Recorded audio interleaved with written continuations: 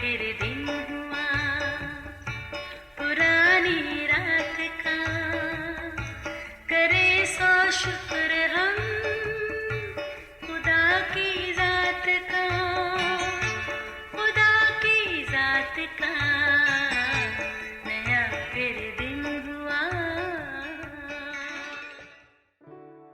آج کی آیت۔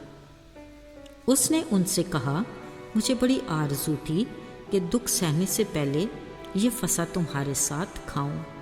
لوکا 22 باب 15 آیت۔ عزیزو، دنیا میں بسنے والی تمام قوموں کی کارکردگی، پلاننگ اور کسی بھی مشن کی تفصیل تحریر کر کے ورثے کے طور پر محفوظ کر لی جاتی ہے۔ وقت اور حالات کے مطابق تحریر ہونے والے ان واقعات کو کسی بھی قوم کی تاریخ کہتے ہیں اور ان کو لکھ کر محفوظ کرنے والے مورخین کہلاتے ہیں۔ یاد رہے، ابتدا میں صرف 6 دن لگے، کل کائنات خالق خدا کے حکم سے وجود میں آئی۔ آخر میں بنی نوع انسان کی تخلیق تھی، جو خالق کی صورت و شبیہ پر اس کے ہاتھوں سے مٹی لے کر بنائی گئی، جس کا بنیادی مقصد خالق کے ساتھ رفاقت اور اس کے نام کو جلال دینا تھا۔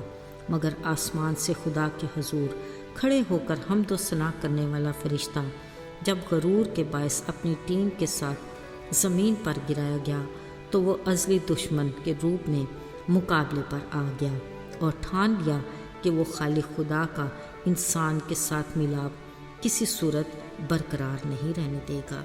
اپنی اسی پلاننگ کے مطابق اس نے ہوا کو لالچ دے کر اس سے نافرمانی کا مرتکب کیا، جو گناہ کے باعث آپس میں دوری کا باعث بنا۔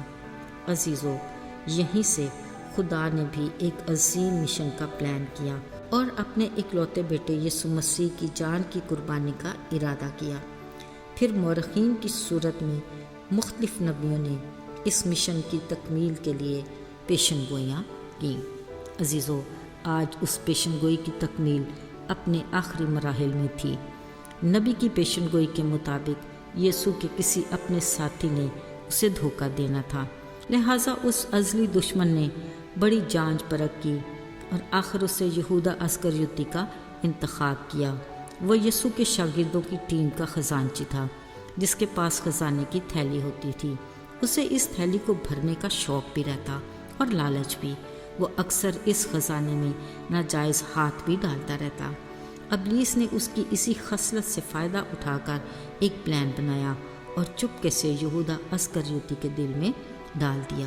اب ذرا دیکھیے جناب، اپنے یسوع کے گن گانے والا حیرت انگیز طور پر اس کے دشمنوں سے جا ملا اور اس کو پکڑوانے کے وعدے کے بدلے میں 30 سکے لے کر خزانے کی تھیلی کی بجائے اپنی جیب میں ڈال لیے۔ عزیزو، اسی دن آخری فصح کے لیے یسوع نے اپنے شاگردوں کو مدعو کیا ہوا تھا۔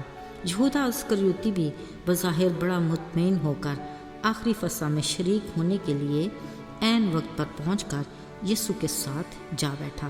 کھانے کے دوران یسوع نے روٹی لی، برکت دے کر توڑی اور شاگردوں کو دیتے کہا، یہ میرا بدن ہے جو تمہارے واسطے توڑا جائے گا۔